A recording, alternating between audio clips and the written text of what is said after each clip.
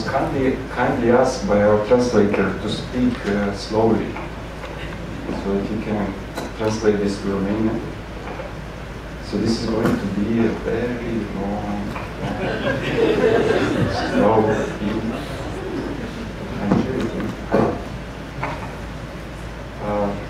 We were asked by organizer, kindly asked by organizer, by kind organizer, who feed us and take care about us, to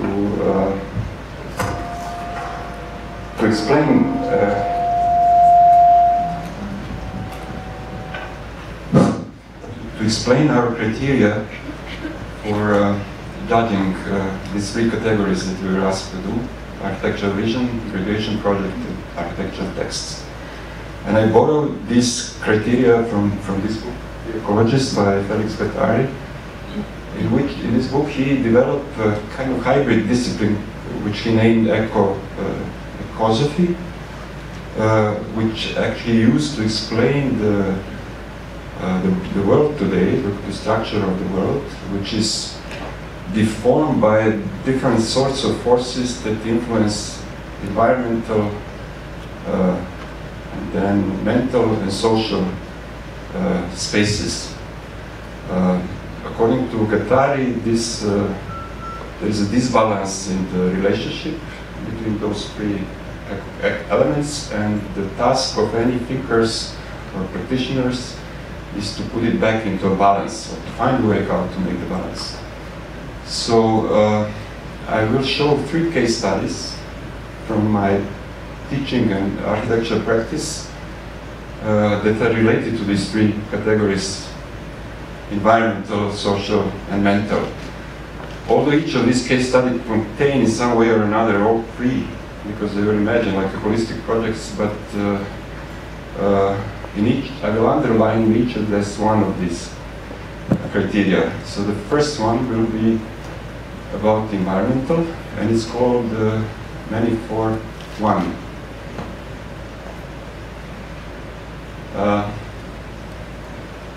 Some time ago, maybe it was 2014, 2013, ex-student of mine, whom I didn't see for about 10 years before that, appeared into my office in Belgrade. At the time I was still working there. And he said that he bought the land about 1 hour from Belgrade, in the village called Stojnik, south of Belgrade, the mountain Kosmaj, which is a kind of national park. So this land was at the edge of the park. And he didn't know what to do with that. He basically bought it because he wanted to save the money, not to spend them. So the land there is pretty cheap, because it's basically non-commercial area, and most of it is deserted because it's of the proximity of the city. People went away, and there is a lot of land around it you can buy. So he bought this field, which is about 1 hectare of some kind of agricultural land, and one small lot next to it with a 100 years old house, which he uses as a, I would say, even daily resort, because he comes there in the morning and goes in the evening and do some stuff. But he actually wanted from me to propose him, what to do with this, how to use this.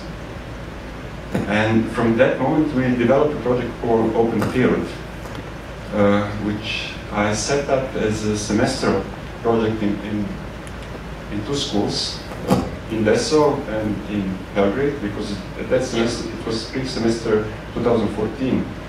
I was working parallel on both, so I was traveling in between and had 2 groups of students each week working with different groups. One in Leso, which was 10 students, and in Berlin, in Belgrade with 17 students. And I brought this Leso students there. So you can see here, because ESO is a very special international school, so it says, basically here around this table in the village Stojnik, there are people from all continents, which is very interesting. And I think the residents around there never saw this kind of multi-ethnic group of people, because you had George, who is from Jamaica, Ninta, who is from India, and then Hyun, who is from Australia, Joe from the US, and one is from Hong Kong, one from Great Britain, from Italy. So it's a pretty interesting, diverse group. Then I asked them to go around this field and map it, to spend maybe 3 hours or 4 hours and come back with anything they find out in their head, mostly.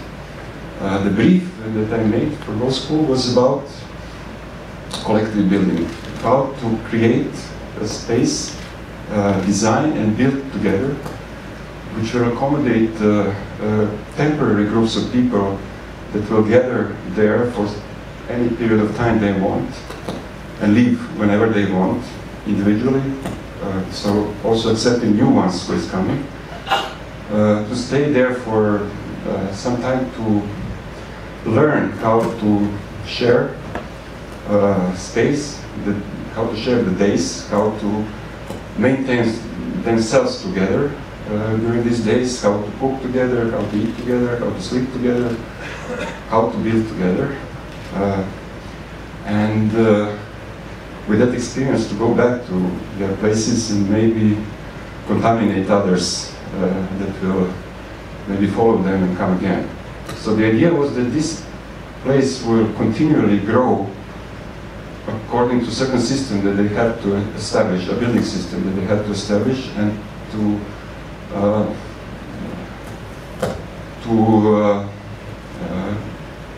provide capacity in the same time for staying there. So they had to understand also how to make their food, I mean, where the food comes from, not to go to a shop to buy, but they had to produce everything. It was completely imagined like a self-sustainable system with renewable energy, with recycling waste, everything that is related to this, what we know as an environmental ecology today. So now, hold the breath. So you will see 27 projects in 5 seconds. No, and it doesn't work well. So it will be 10 seconds.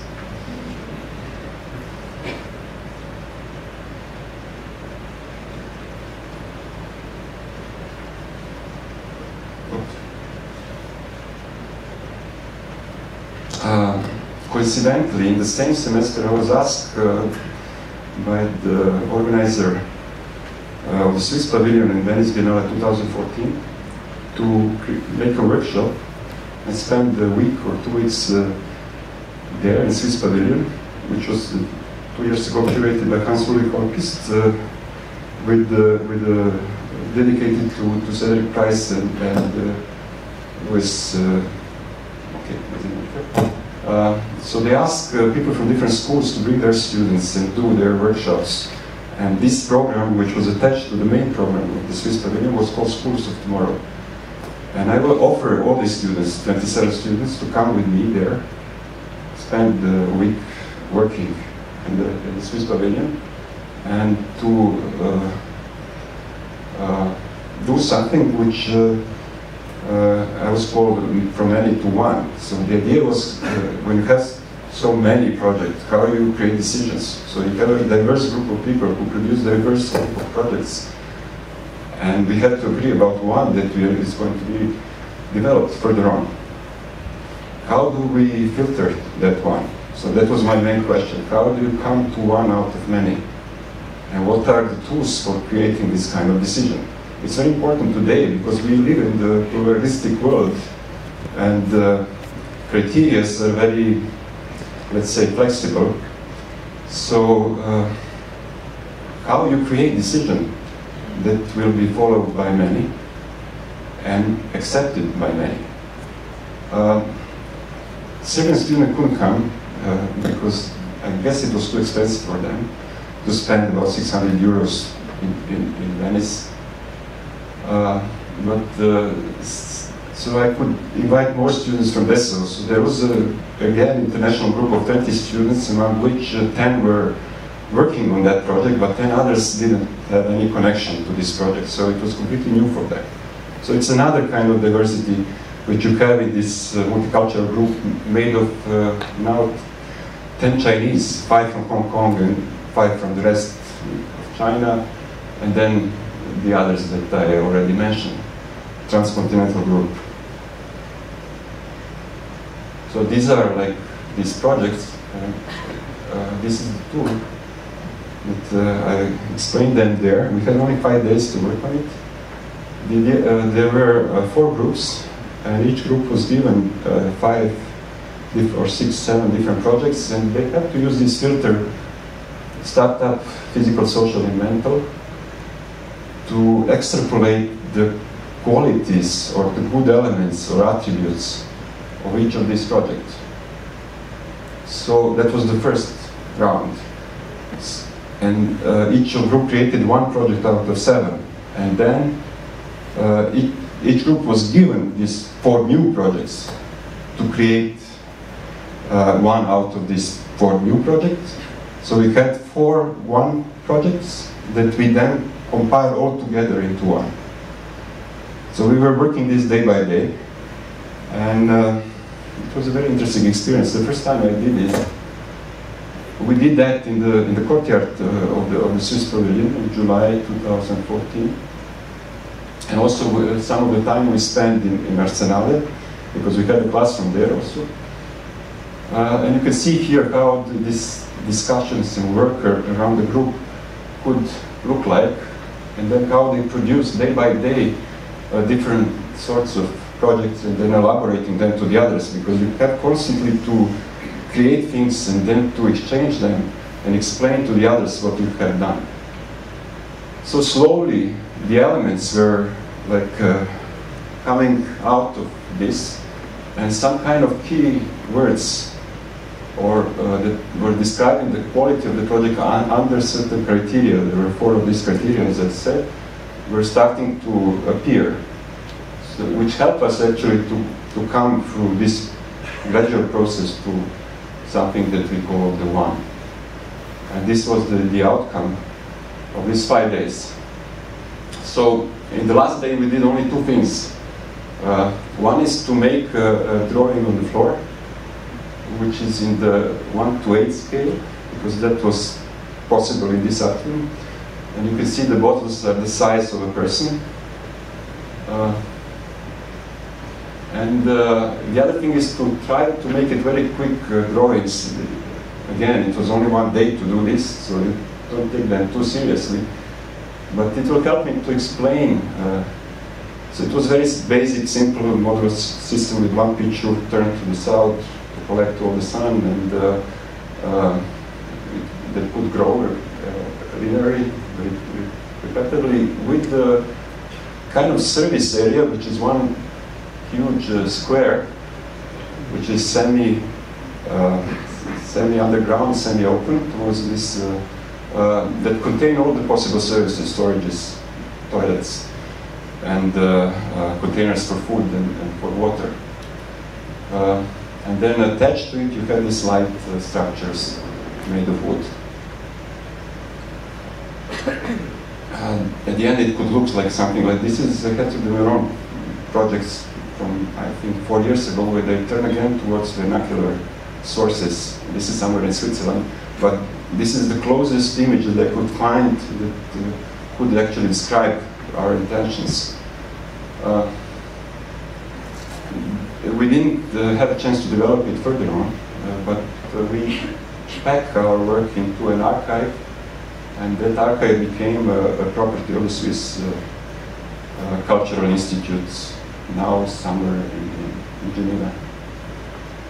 So maybe in 100 years somebody will find it and realize what did we think about the environmental thing. By the way, vernacular, and we mentioned it several times, and I discovered it recently because I had some other idea, and most of the people think it's related to traditional architecture or traditional manners or traditional customs. Vernacular means everyday. It is coming out from the language science of languages, and it is related to this everyday language, which sometimes could be slang, but it doesn't necessarily have to be, to differ it from the literal language, from the written language, which is usually conserved in the literature. So this everyday language that we all speak and use is vernacular language. And we can also call that this everyday architecture that we are living in and fighting for it is also everyday architecture. But in this case, I will explain why we had to struggle for it. It was a project from 2009 to 2010, and it's connected to one very well-known case in Belgrade. This location of the Fifth Park is about 2 to 3 kilometers from my previous school in Belgrade. It's not in the center, but you can walk it from the center there along the Boulevard of Revolution, for those who know Belgrade, where you have this kind of 60s reconstruction that changed the old structure that was there before, when the street was regulated newly. And there was this corner park, which was actually not planned as a park. It's more like leftovers, because there was some house, there was a private house there, which couldn't be demolished almost until 80s, and then it was in 80s it was demolished, and so it was appropriated by the people who were living in the buildings around, and because of this modernist building, there were more than 200 families who were using that regularly. It's a very small park, maybe 50 by 60 meters. And then maybe you couldn't call it park, there was just a basketball court and the trees and the green space. But people like it, and they care about it, and they could look every day from their windows what it is. And then one morning, Sunday morning, 6 o'clock, a green communal company came and started to cut all the trees. There were about 40 of these green trees that were cut without any announcement, early morning with these swords. So people were waking up by the sound of the swords. They had no idea who is now destroying their trees. And very quickly they found out that there is a plan and there is a license to make this kind of building given by a municipality of the place where is this, which has about 6,000 square meters that would occupy their park. Of course, when they realize that machines are coming there, they also start to organize and to defend their place. So first it was physically, they were laying in front of the machine. And they organized as a group of tenants that were living around to defend it. And then the developers also brought his own security. So sometimes it looked almost like a war that was going on. That was kind of stopped sometimes by police, but sometimes they were really doing some major works. You can see that the park started to look like a battlefield. It became a big case at the moment because it took a lot of attention, especially from the Belgrade culture scene. That whole thing started in 2006, 10 years ago. And artists and these creative people start to help these tenants to create a campaign. And so they become very known in Serbia as the first case of the residential resistance towards this speculative developing constructions that were going on all around, completely uncontrolled, although with the high support of the institutions. So people self-organized, and with the help of the media and with the help of their physical organization, which was based on the, I was talking with some engineers who were doing these fire protection programs. So they actually used the knowledge from these emergent fire situations to organize the people to defend. They started to monitor this place 24 hours a day and to make alarm, like that in 5 minutes you can get down 200 people to fight against anybody who would get there and try to do something there. So it became like, it lasted almost 3 years. It was not a small project until the local election, where all the mayors, or the future mayors, the candidates for the mayor, start to come to them and to promise them that they're going to find a solution. So luckily when one of these mayors was elected, he managed to make a deal with the developer who had a license, so he couldn't be just kicked out. and to give him another plot somewhere in New Belgrade, and to give back the people this park. But that park was actually not anymore usable as a park. The trees were gone, the green were gone, the basketball court were gone, so they didn't get anything after these 3 years. They start to wait, and they wait for almost a year before I approached to them. They start to wait for the municipality for some kind of institutional resolution, which was not going quickly at all, because in the meantime, the whole plot was dedicated to a building plot.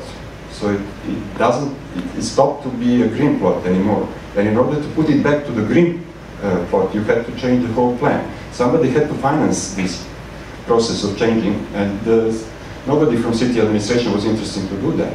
So basically, they found themselves in some kind of institutional vacuum, which is mostly happening where the people couldn't do anything, the institution didn't want to do anything, and the space was there, eroding. And I said, okay, since I'm doing this kind of project, I make a semester project in the fall 2010 or 2009 that lasted almost 10 months. Even after the finishing of that semester, I continued working with the same group of students on this and create the first participatory program in Belgrade that was trying to engage all these people who managed to self-organize to defend this park, to recreate this park again for themselves. And we were doing it according to some method that I compiled using different tools from different disciplines. To make it started with the enquetes, which are very special ones that you actually talk to the people more than asking them what they want. Well, they never ask them what they want, what they need, because you get very stereotypic answers that predict. But you really have to dig out the way how they behave, their values, their triggers, their symbolical capitals. So this questionnaire can last about 3 hours, and we had more than 70 of people that took part in this. And there were also some kids drawing what the park means for you, what can you do. And then based on this answer, we created a profile of the user. According to him, we developed 4 different projects. And again, we made this dispersion of the project. We didn't want to make one, but really to make opportunity for these people to discuss what they like in each of them, and then to recombine this element into one proposal. So these are these projects, and then each of them was created as a model, and then we created a workshop for about 1 week, which we spent in their own spaces in each of the buildings, asking people to come, to change the model, to move it, to say what they like. Based on all this conversation and discussions that we had, we came to this kind of solution. Nothing special, as you see. It's a kind of almost non-design space. It's an everyday space that contains everything that they had before, just rearranged in a different way, maybe more smarter. So there was a basketball court, greenery, trees, benches, fountain, and some paths that served them to go from one corner to another. And that was it.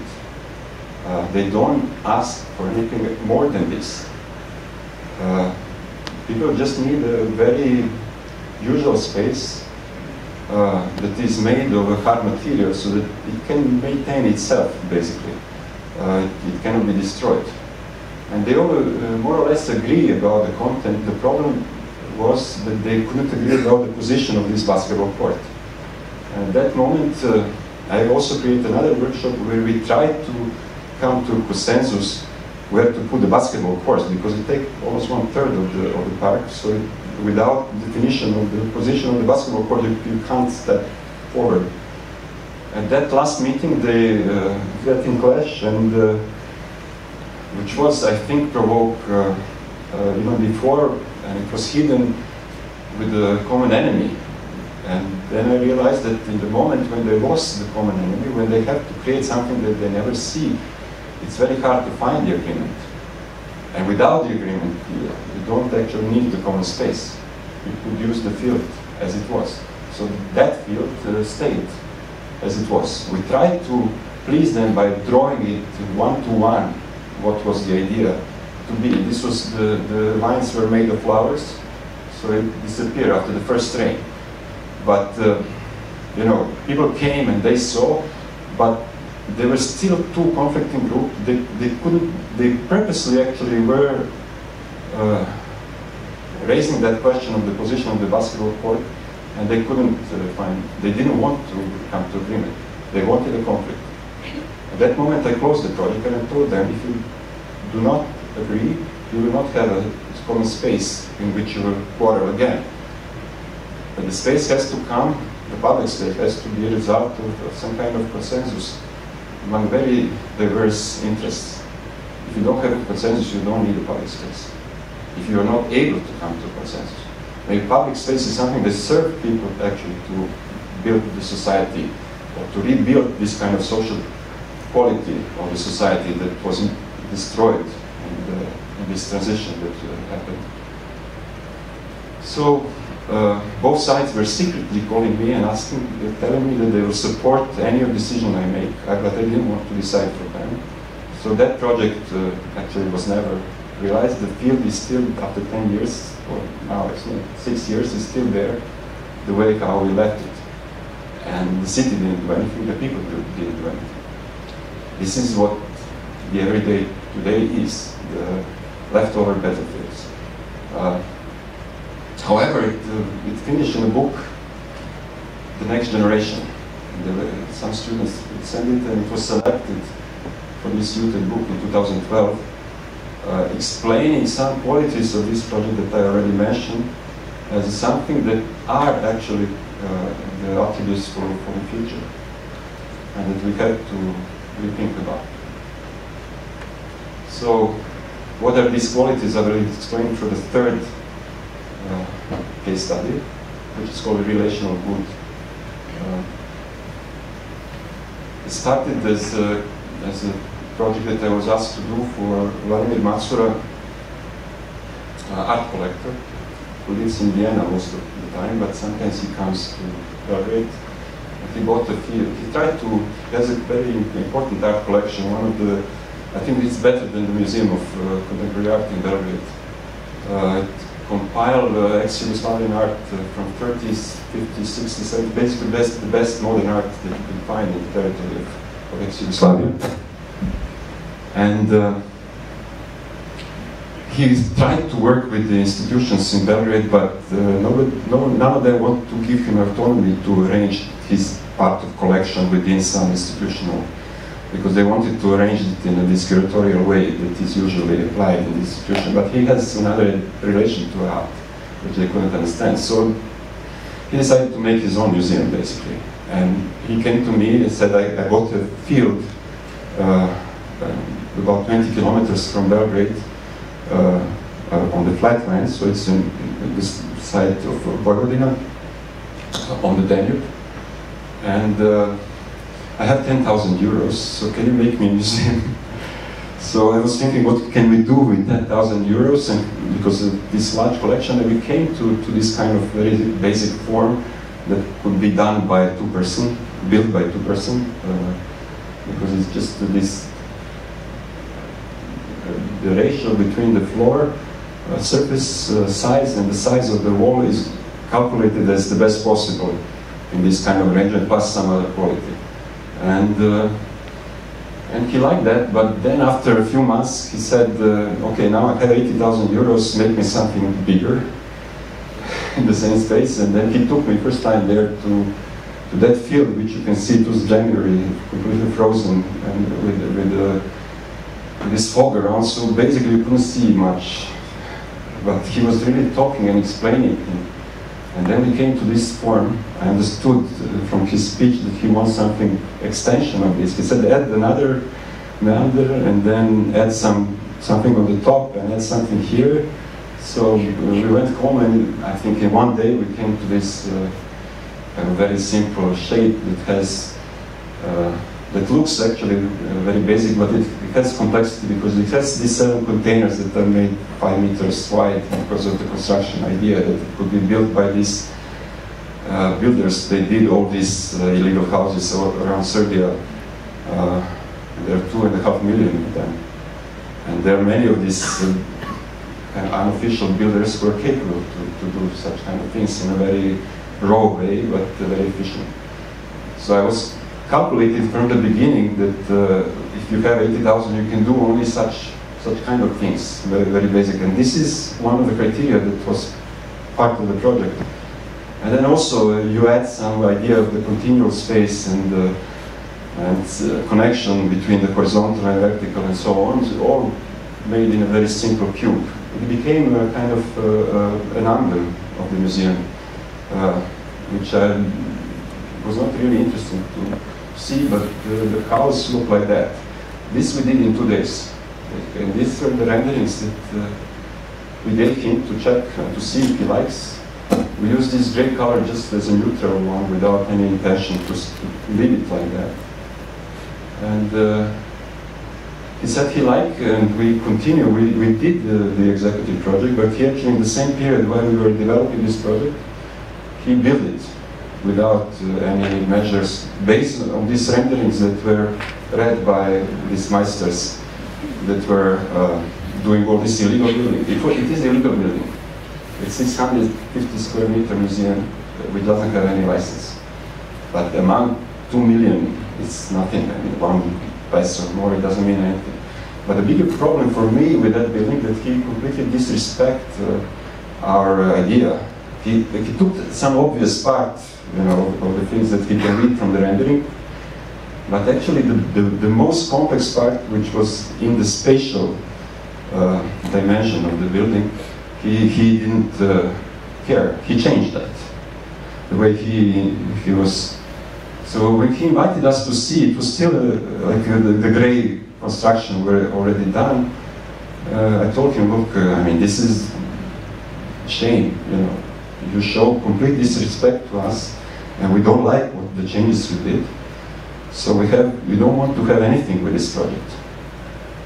And we were ready to just go away, you know, not to have any connection to this. I was not interested really to follow it. I told him not to mention our names, but he did mention in the flyer for the opening of 2008. He said the authors of the museums, Kucina and Nenad Kartic. And because he made really a giant opening where he organized buses for people from Belgrade, so all the cultural elite, whatever does it mean, intellectuals from Belgrade came to the opening, more than 1,000 people, you know. It seemed that they liked the place a lot. So some of these people started to call me and congratulate me, to greet me. Yeah, how big museum is. And in the beginning I was saying, no, I had nothing to do with this. It's really, I mean, it's really a mistake. It's full, it's awful building, you know, it's not what we intend. But then after a few times you realize that you can't say everybody individually, like, and explain the whole story. It becomes boring even to myself to repeat what was wrong, you know. It's, so I said, okay, I mean, what, it is like it is. I'm accepting the situation, and I was curious actually to see, because I never saw the building finished, and I didn't understand why artists and even architects, you know, who actually never read their colleagues, were calling me to say, you know, what a fantastic building it is, which I don't agree at all. It's not. This building is completely irrelevant. But I don't know what happened to these people. I didn't understand, so I wanted to go myself to understand what they see good in this project. What is that I was thinking is a whole collection of mistakes that for them has become a collection of quality. Even for artists and artists. I'm not speaking about ordinary people. For them this building is strange. It's a building without roof. That's what these peasants who are living around are calling it. You know, so it's I mean, but then, you know, I went in September because the building doesn't have heating, so it works from May to October, and you have to announce yourself with a phone to be able to go into, it's a private property, to go into the plot.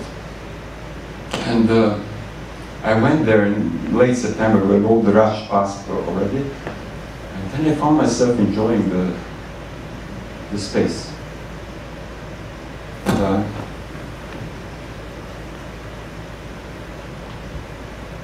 This is how it looks today, actually. This previous picture was made for the Frame magazine. wanted to see, okay, maybe we are wrong and we don't understand what the architecture is. So we wanted to publish this to test the global, let's say, public architecture, public, to see if we can get any feedback for this. So we put, I think, to Architeaser, or I don't know what kind of sites existed at that time. No, I forgot, maybe not as platform as today. So they published it. And a lot of people, and I wrote the whole story. I mean, what happened with this story that I'm telling you now, I wrote it. It was more concise, and it was very strange that we were asked by the Frame magazine, which is this fancy architecture magazine, to publish it there. They saw it on this design, I think it was the website. And we said, well, we don't have a good photographers. So they asked, we are going to pay you to photographer to go there and to make it. So this is one of the photography that was published in Frame in 2010, I think, 2011. Among of the collection of the 5 new world museums, next to Stephen Cole and Tadao Ando, who made something at that time. So for me, this was the ultimate question, like, what is going on, you know, with architecture today? And this building is really a turning point for my own understanding of design. And that's why I'm showing it everywhere. Because something that I was believing that is really necessary to make a good architecture, it's completely misunderstood in the process of building here and not included.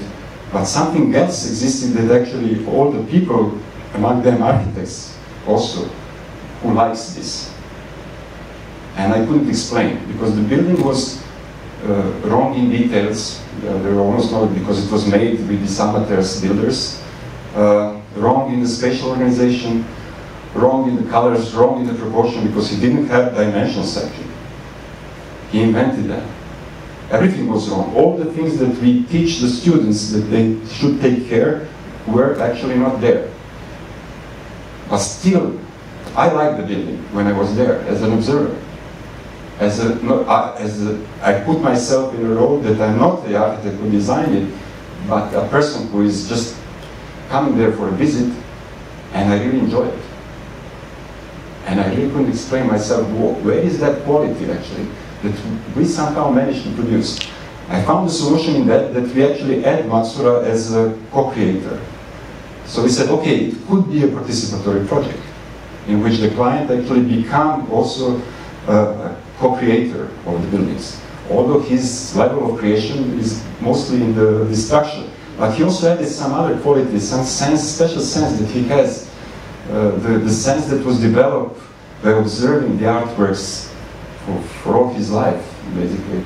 And the sense of the proportion, which is not architectural sense of the proportion, it's very human sense of the proportion, of the relation between things, that makes this space very strong, and this building very relevant in the same time, but necessary to create, to frame, I would say, this whole space. So how do you design this? How do you make this? With the tools that we have, we cannot do it. And it took me a long time to understand how to step out of the habits that I was taught to be able to create this kind of space.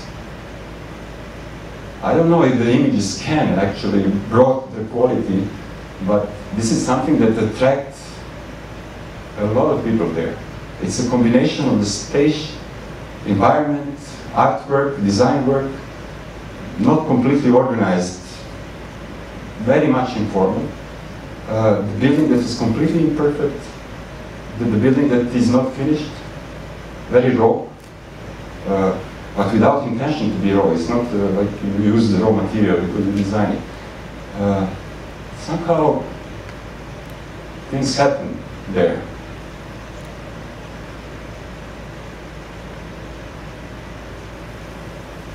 You see, it's on the edge of Danube because it's a 20-meter high cliff on that side. Novi Vanovci is the place. And it takes 20 minutes from there. There is a highway very close towards Novi Sad, and then you detach from it. So it's very close. It became a pilgrimage place for a lot of people. And sometimes I take my students also there, so I explain them these stories. I try to make them think differently about architecture. And this is what I see. This is the collection of photographs of one of my ex-students who graduated in the meantime. They're not interested in architecture. These are architecture students.